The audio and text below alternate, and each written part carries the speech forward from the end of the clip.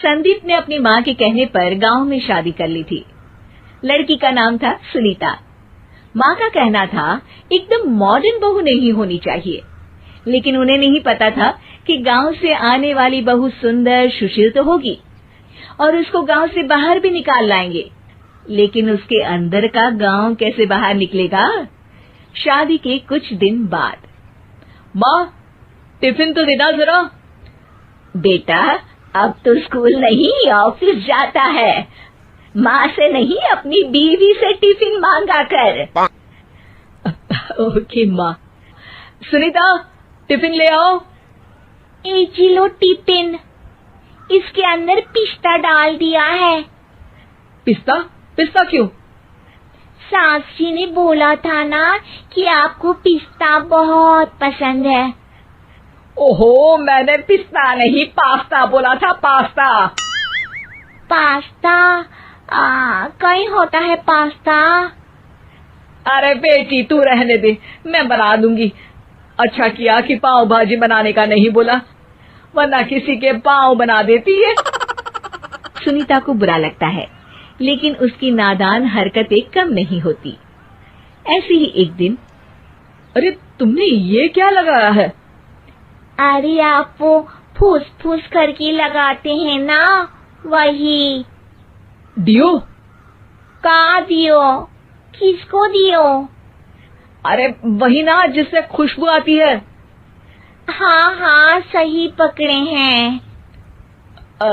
अच्छा लेकर तो आना। कौन सा डियो लगाया तुमने? अभी लेकर आते हैं जी। संदीप की बात मानकर सुनीता अंदर से खुशबू वाला फुसफुस लेकर आती है। ओएमजी! ओएमजी मतलब ओ माय गणेश ना। अरे ओएमजी छोड़ो, ये खुशबू वाला फुसफुस की बात कर रही थी तुम? हाँ इसी की, फिर से सही पकड़े हैं। अरे देवी, लेकिन आप सही नहीं पकड़े हैं, ये डियो नहीं है। डियो नहीं है तो क्या लियो है? अरे ये रूम फ्रेशनर है, जिसको कमरे में छिड़कते हैं, खुद पर नहीं।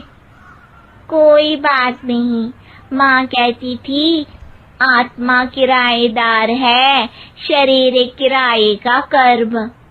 हम शरीर पे ये डाल लिए तो क्या फर्क पड़ जाएगा। अरे बहू, ओ बहू, मेरे लिए फल तो लिया, फिर मैं बाजार जाऊंगी। सुनीता अपनी सास के लिए फल लेकर आती है। अरे बेटा, पपीता, तरबूज और सेब फल ऐसे कैसे खा लूं? काट कर तो लिया। माँ जी, मेरे गांव में तो खेत से उठा के सीधा खा लेते हैं। अरे ये तेरा गांव नहीं है ना। अरे संदीप, तू ही कुछ समझा देना इसको बेटा। मैं कैसे समझाऊं माँ, ये तो माइक्रोवेव को भी भट्टी बोलती है। कल मैंने बोला हाय कैसी हो, तो बोलती है किसी को हाय नहीं लगानी चाहिए। अरे सुनीता, तेरा क्या होगा? अभी तो कैसे बताऊं माँ जी, अभी हम कुछ करेंगे फिर पता चलेगा क्या होगा, लड़का या लड़की। हे भगवान, कहाँ से आ गई ये? रामपुर से जी, आप ही तो लेकर आए थे मुझे। अरे मुझे माफ कर दो। पहले कोई गलती तो करिए जी, आपकी तो सारी गलती माफ कर देंगे हम। हाँ अरे बहू, मेरी बात सुन, फल यानी कि फ्रूट जब भी लाए ना तो काट कर लाना, ठीक है? जी ठीक है माँ जी, फल यानी फ्रूट यानी काट के लाऊंगी। सुनीता रोज ही कोई ऐसी हरकत कर देती जिसकी वजह से उसे घर में दो बातें सुननी पड़ती।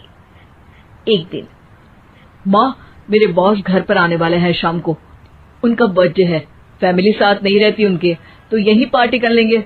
उनको अच्छा लगा तो शायद मेरा प्रमोशन भी हो जाएगा। मैं ना फ्रूट केक लाकर फ्रिज में रख दूंगी और तेरे साथ आज खाना मैं बनाऊंगी, ताकि जब साहब आए तो खाने में कोई गड़बड़ ना हो। शाम को जब सारी तैयारियां हो जाती है, संदीप के साथ बड़े साहब भी घर आते हैं। आप फ्रूट केक तो ले आना बहू, फिर खाना खाएंगे। अरे इस सब की क्या जरूरत थी, आपने बुलाया वही काफी है। सर, आपका परिवार शहर में नहीं है तो हम ही आपके परिवार जैसे हैं सर। इतने में ही सुनीता फ्रूट केक लेकर आती है और बड़े साहब की टेबल पर रख देती है, और जैसे ही केक के ऊपर का बॉक्स हटाती है, ओह, ये क्या है? केक तो कटा हुआ है, मैं तो ऐसा नहीं लाई थी। आप मुझे शाबाशी दे सकती है माँ जी, मैंने ही केक काट दिया। आपने कहा था ना, फल यानी फ्रूट यानी हमेशा काट के लाना, तो फ्रूट केक भी तो फ्रूट ही है ना, तो मैंने पहले ही काट लिया। हूँ ना मैं समझदार। अरे बहू, ये क्या किया? केक हमेशा वही काटता है जिसका जन्मदिन होता है। तुझे एक बात भी समझ नहीं आती, एक नंबर की बेवकूफ है। पूरा माहौल बिगड़ चुका था। संदीप को लगने लगा था कि साहब उसे प्रमोशन तो दूर की बात है, कहीं डिमोशन ना दे दे, लेकिन साहब बीच में ही बोल पड़ते हैं। अरे कोई बात नहीं, ये इनकी बेवकूफी नहीं है, इनका भोलापन है।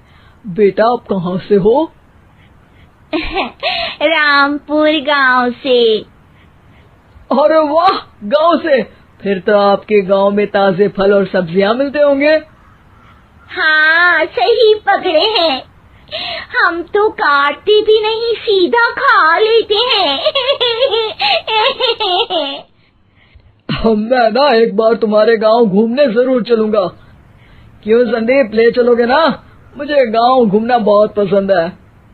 बस फिर क्या था, संदीप और सास दोनों खुश हो गए, क्योंकि साहब को सुनीता ने गांव की बात करके खुश कर दिया था। अब संदीप का प्रमोशन पक्का था।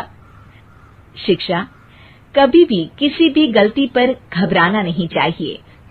हो सकता है कि उस गलती की वजह से आगे बड़ा फायदा हो जाए।